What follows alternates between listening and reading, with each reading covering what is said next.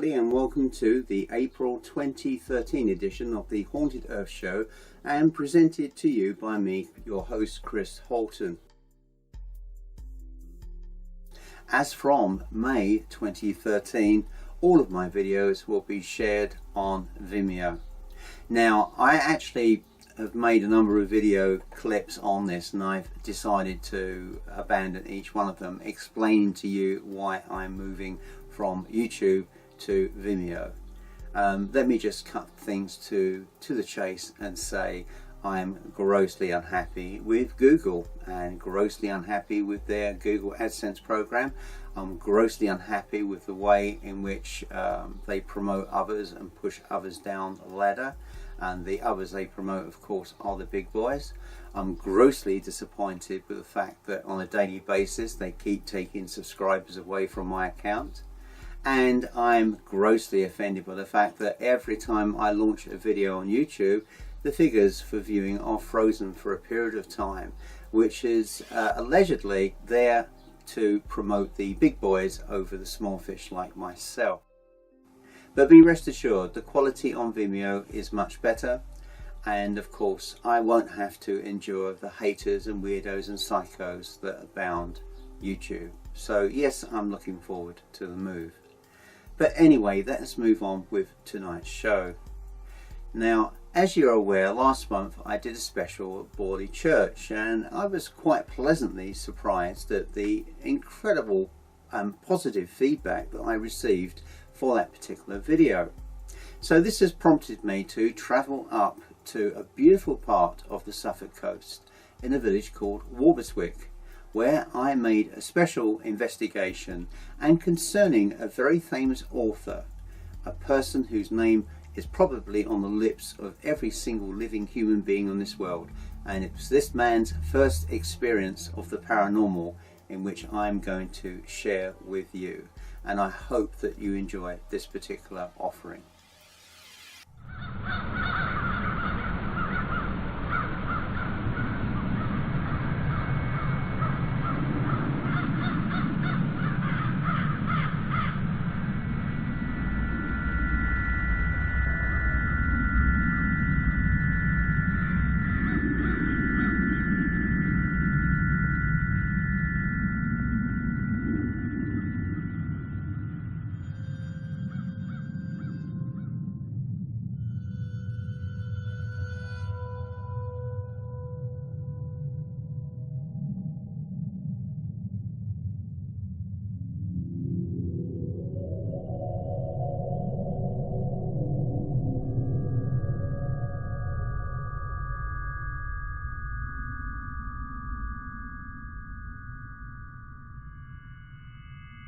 I'm actually standing inside the village church of Walberswick in Suffolk.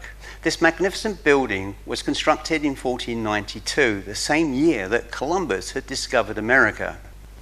By the year 1696, the church had become somewhat surplus to requirements. The population here was dwindling, and the congregation was obviously similarly affected.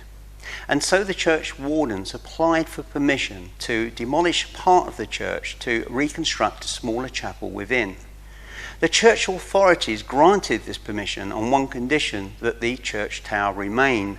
The reason being that the tower was used as a navigation feature for shipping using the port of Walberswick, which thrived until the First World War. But my visit here is not directly connected to the actual church, but rather to a very famous visitor who came here one balmy evening in 1931 and had his first paranormal experience. This man's name was Eric Arthur Blair, or perhaps more familiar to you as the author George Orwell, who wrote two major works that you may recall, being 1984 and Animal Farm. At the time in 1931, he was actually researching for another book, I believe entitled The Clergyman's Daughter. And he came here to take some notes, and he sat amongst the ruins of the church, and that is where he saw his first ghost. And what I'm going to do is refer back to his original notes in a letter he wrote to a friend in 1931, which was accompanied with a diagram showing where he was positioned and upon what direction he actually witnessed this apparition. At about 5:20 p.m. on the 27th of July 1931, I was sitting at the spot marked with an asterisk, looking in the direction of the dotted arrow, and happened to glance over my shoulder and saw a figure pass along the line of the other arrow, disappearing behind the masonry and presumably emerging into the churchyard. I wasn't looking directly at it, and so I couldn't make out more than that it was a man's figure, small and stooping and dressed in lightish brown. I should have said a workman. I had the impression that it glanced towards me in passing, but I made nothing of its features. At the moment of its passing I thought nothing, but a few seconds later it struck me that the figure had made no noise, and so I followed it into the churchyard. There was no one in the churchyard, and no one within possible distance along the road. This was about 20 seconds after I had seen it, and in any case there were only two people in the road, and neither at all resembled the figure. I looked into the church. The only people there were the vicar, dressed in black, and a workman who, as far as I can remember, had been sawing the whole time. In any case, he was too tall for the figure. The figure had therefore vanished, and presumably an hallucination. That was certainly a very interesting story regarding Orwell. But what we're going to do tonight, that's Tim and myself, we're going to return here during the hours of darkness and carry out our own investigation of the ruins outside. We won't be allowed inside the church as it will be locked, but we'll certainly be able, at the very least, to try and touch base with spiritual activity there. Now, I'm standing inside the church as it stands at the moment. I'm not actually feeling anything at all. It has a wonderful ambience. It's a very light and airy church, and it has a very warm feeling when you wander inside. Now, what the grounds will be like tonight, after the hours of darkness, anyone can guess, but we're hoping it's going to be something significant which we can share with you.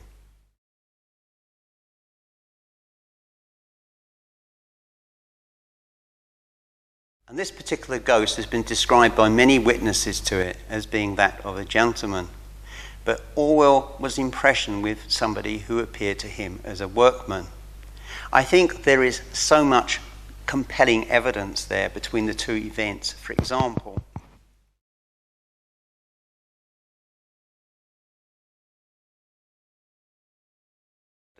between the two events, for example.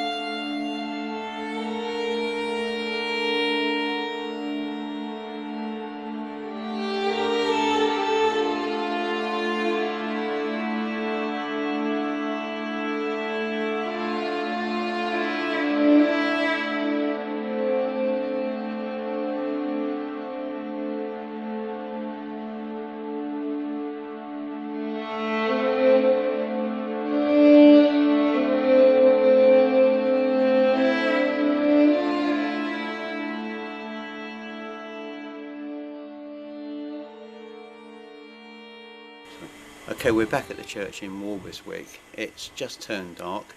We're going to spend maybe 15, maybe half an hour wandering around the churchyard amongst the ruins here, hopefully trying to connect with this small stooped man, or perhaps some other type of spiritual anomaly. And with me on the other camera, of course, is Tim. So we'll crack on with this investigation. Let's have a wander down there, Tim.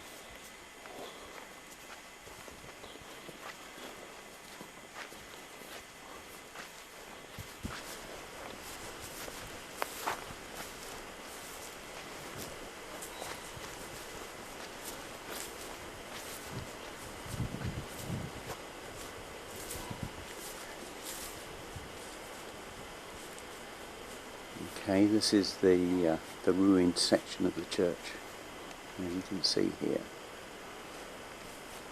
This was the archway that all those years ago in 1931 that the author George Orwell had seen the small stooped man pass through.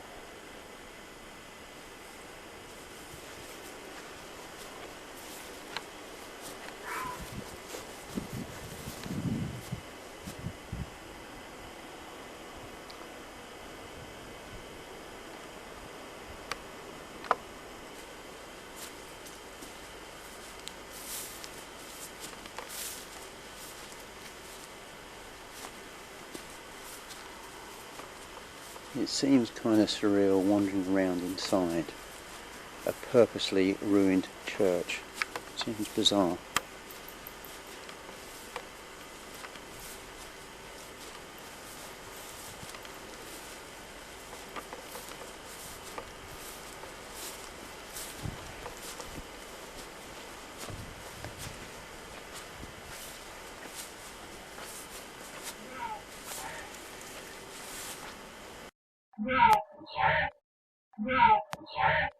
This staircase to nowhere gives me the creeps. It just feels kind of negative over here where I'm standing. We shared this image with you earlier today. You can see it runs absolutely nowhere.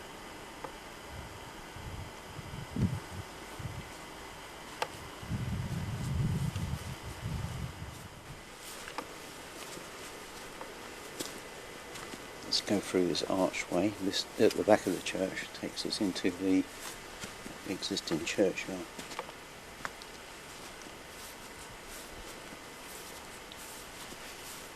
And there are a lot of people buried here.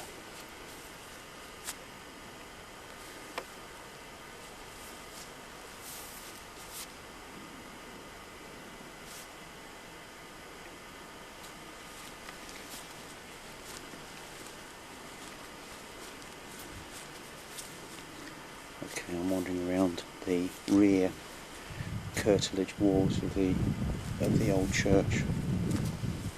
We're on the outside, looking in from the churchyard.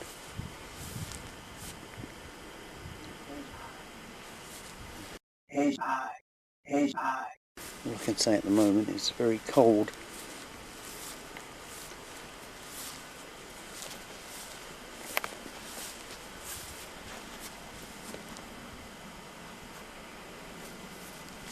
Certainly a bit spooky.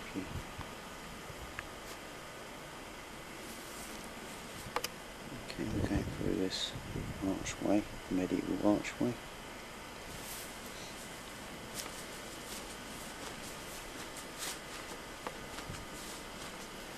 And now we're back inside the church.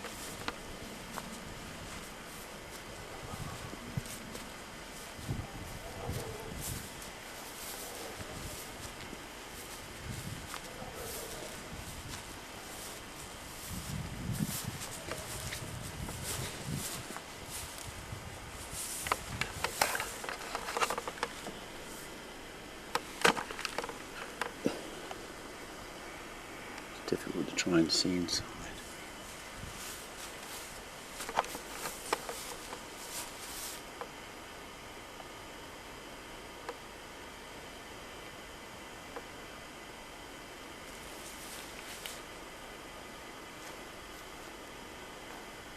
I don't know what it is, that staircase over in the corner, but it really gives me the creeps. As you can see, it doesn't go anywhere anymore. It would have originally have led either to a smaller tower or an overcroft above the existing church.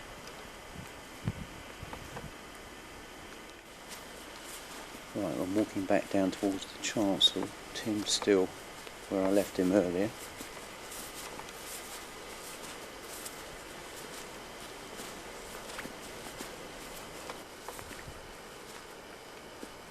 How you getting on, Tim? Anything? Not sure, I thought I saw two little lights a minute ago, but whether it was a reflection of, I mean, I was pointing straight ahead and you were coming that way, so I can't see why it would be.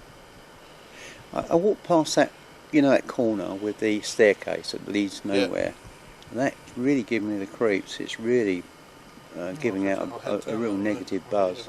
Go here, but I just sort of, it looked like what was two little lights, but whether it was or not, it might have been to do with you walking towards us, I don't know, but...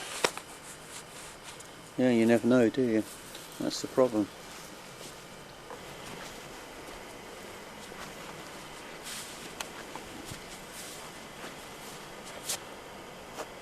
Across the road is the houses.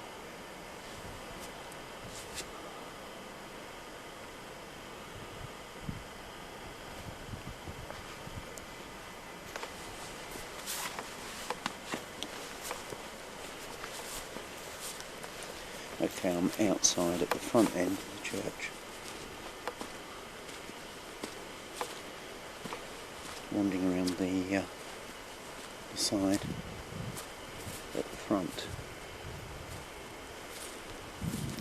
Can't really go too far here because it's partitioned off with wire because of the danger of falling masonry. It don't come much spookier than that, does it?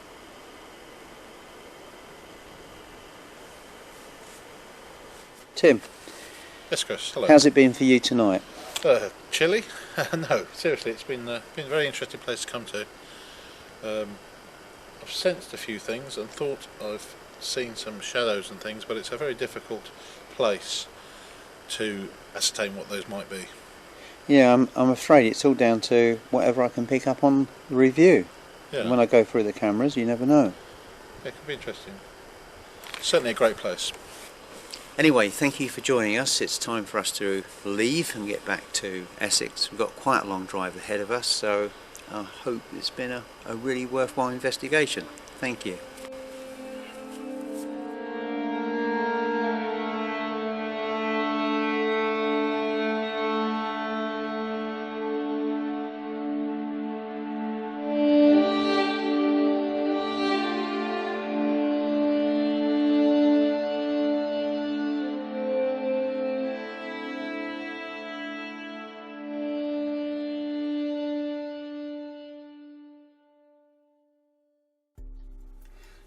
I was very surprised when I came across Orwell and a letter that he had written to a friend concerning his first experience of the paranormal.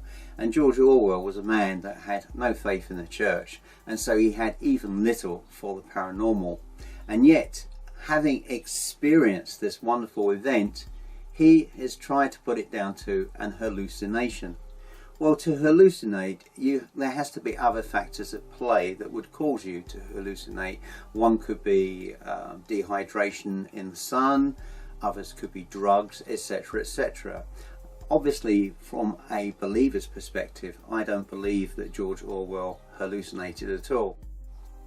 As you're aware, each month I like to share with you ghostly legends from different locations throughout the region in which I live. And this month we have two offerings, and the first one concerns Waltham Abbey Church, which, as by its name, many years ago was an abbey, and the church itself still bears signs of its abbey's past. Anyway, without further ado, I hope you enjoy this.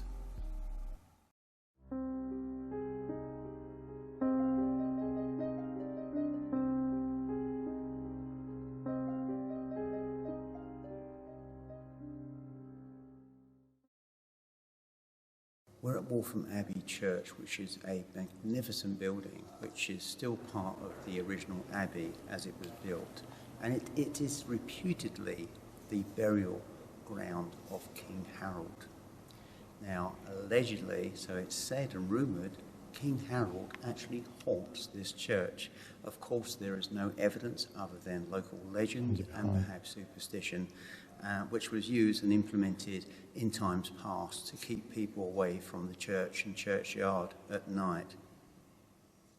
Where I'm standing in Waltham Abbey Church, at this very spot by this tomb, I can actually smell cigarette smoke, and of course cigarette smoking isn't allowed inside any public buildings, and especially churches. It's very, very strong here. Here I can smell it very, very strongly. The noise you can hear in the background, I believe, is a Hoover vacuum cleaner. Can you smell here, Tim? I smell cigarette smoke. Whereabouts? Just point. Smoking, just in this area here. Very, very strong, isn't it? Not here. Here I can just smell wood polish. And of course, there's no smoking inside the church, so this is very strange.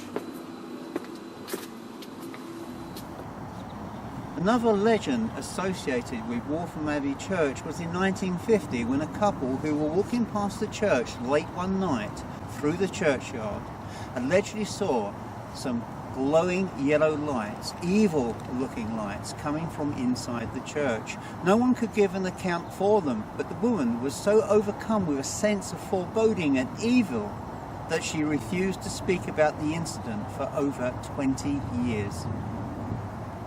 There are many, many ghostly legends attached to Waltham Abbey Church. One in particular is that of a ghostly monk who has been seen on occasions late at night walking through the churchyard. And on the subject of monks, we will go to another place where allegedly monks have been observed.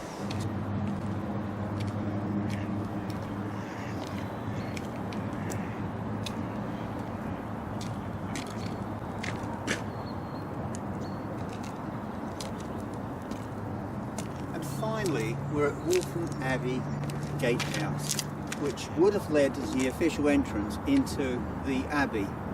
And here, on some occasions in the past, people have seen a procession of monks, ghostly monks, coming across the bridge as if they were going to the church for prayer.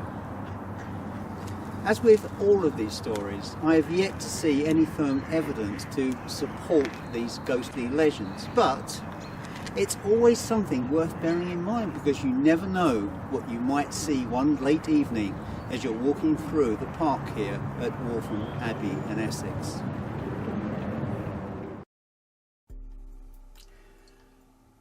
As you can see, it was a really dull and miserable day, and weirdly in England, especially for me, so it seems over a period of 8 months, the weather has been like that all of the time, been dull, grey and miserable. And so now the summer is here, I'm so happy and so pleased. And when I hear people say to me, oh, I love the winter and the crispness and the snow, you can keep it. I hate it. I really do hate the winter. I hate the sight of snow. I hate the freezing cold. I hate the dull, grey miserableness of winter. I really do. Give me the summer all year round and I would be a happy man. And of course, it would allow me to film more outdoor specials. Again, as many of you know, each month I also like to share something of activity from my own very actively haunted home. And this month, although perhaps not as inspiringly active as previous month, there is certainly some activity here, and particularly so a strange event which took place on the staircase. Have a look.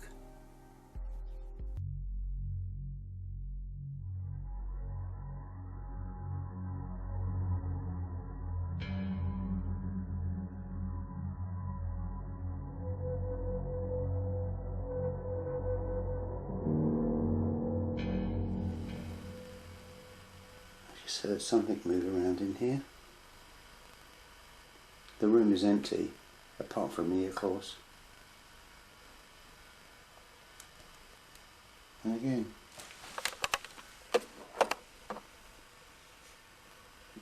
It's coming from below this seat. Oops. Sorry, I'm walking backwards in the dark.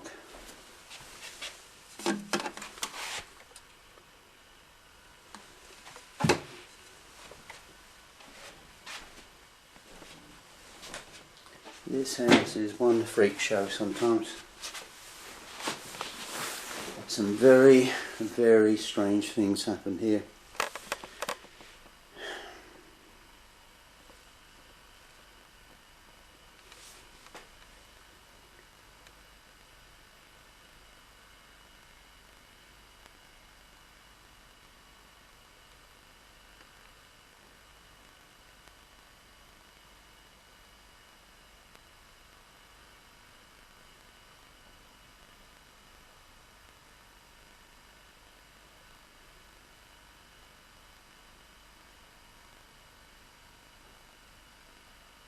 Now I don't hear purring here, but I'm sure I could hear it sat in the corner of the room.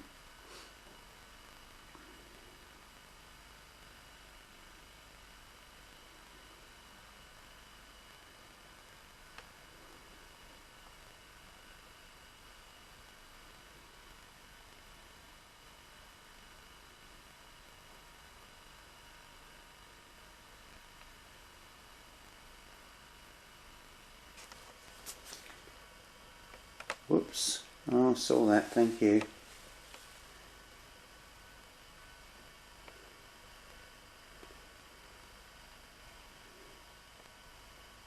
I just heard, thought I heard someone come out and go down the stairs. Thought I heard someone come out and go down the stairs.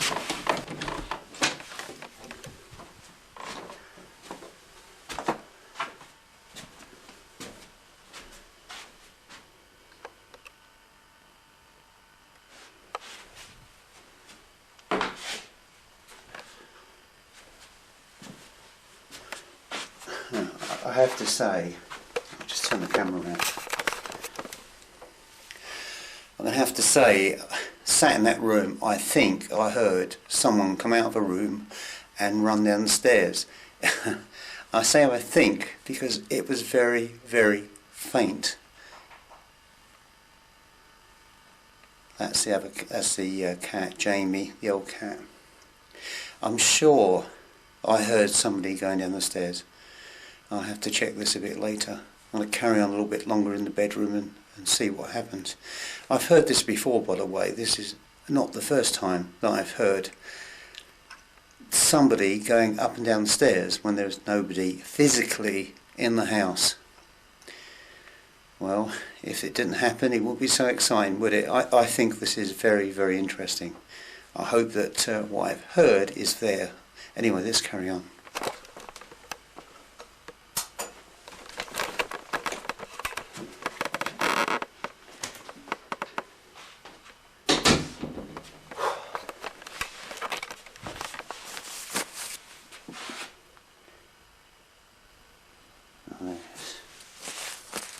Camera.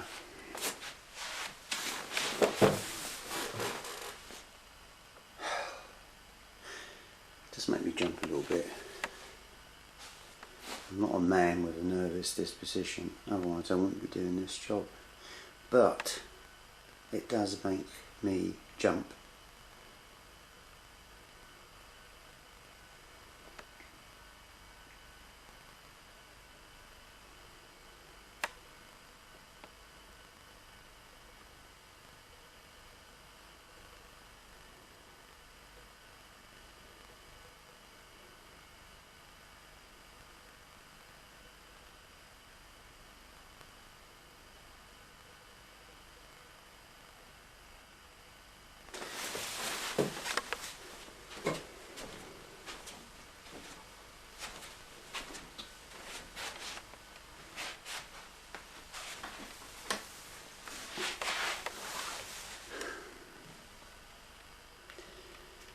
I wonder what else they will do.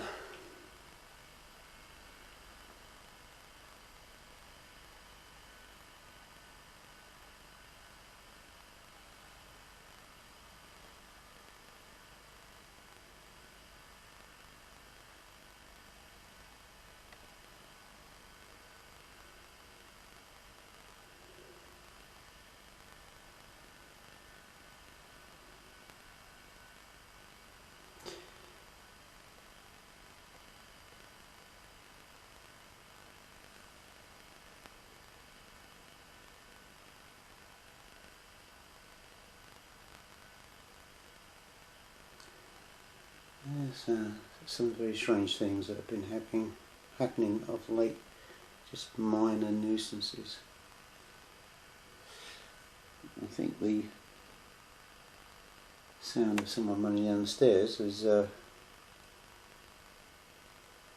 not unusual, but probably in most other people's homes it would be. Okay, I'm not really picking much up now. It seems to have died off. Well, anyway, I'm going to finish in here for now. I may try and get another one in again, I don't know. I've noticed in my own home that activity, it seems to be like a clock. There's certain times of the day in which the activity seems stronger, and again that corresponds to months as well. There are certain months which are particularly active and other months perhaps not so. It has nothing to do with the weather or with any particular local events. It's just spasmodic. And so I never know what I'm likely to find when I go into one of those rooms with a night shot camcorder. So who knows what I'm going to discover for next month. I'm still getting a lot of letters from you folks and messages regarding means of capturing paranormal activity in the home. And just to reiterate everything that I've said previously, a good solid night shot camcorder, preferably a high 8 digital or high 8 analog camcorder. They're the old-fashioned big heavy ones. They have much better receptors, and possibly, if you need to do so, a tape recorder, whether digital or tape, although I would prefer tape, and an EMF meter if you have one, just to see whether or not it registers any types of anomalous activity. But just read the basics, and if you can get that together and you can compile that into a short video and you can share that either on Facebook or on YouTube or wherever, it would be great to see it. So why not try for yourself? If you're unhappy or nervous about the paranormal, then my advice to you would be never to allow yourself to indulge in this activity. But for the majority of us that find the subject fascinating, here are many opportunities for you in your own home, in other places, for you to find out more about the world of the paranormal. Well, that's it, ladies and gentlemen, for this edition of the Haunted Earth Show. I hope that you've enjoyed this investigations that we've had, and I look forward to joining you all again sometime again next month. Until then, take care.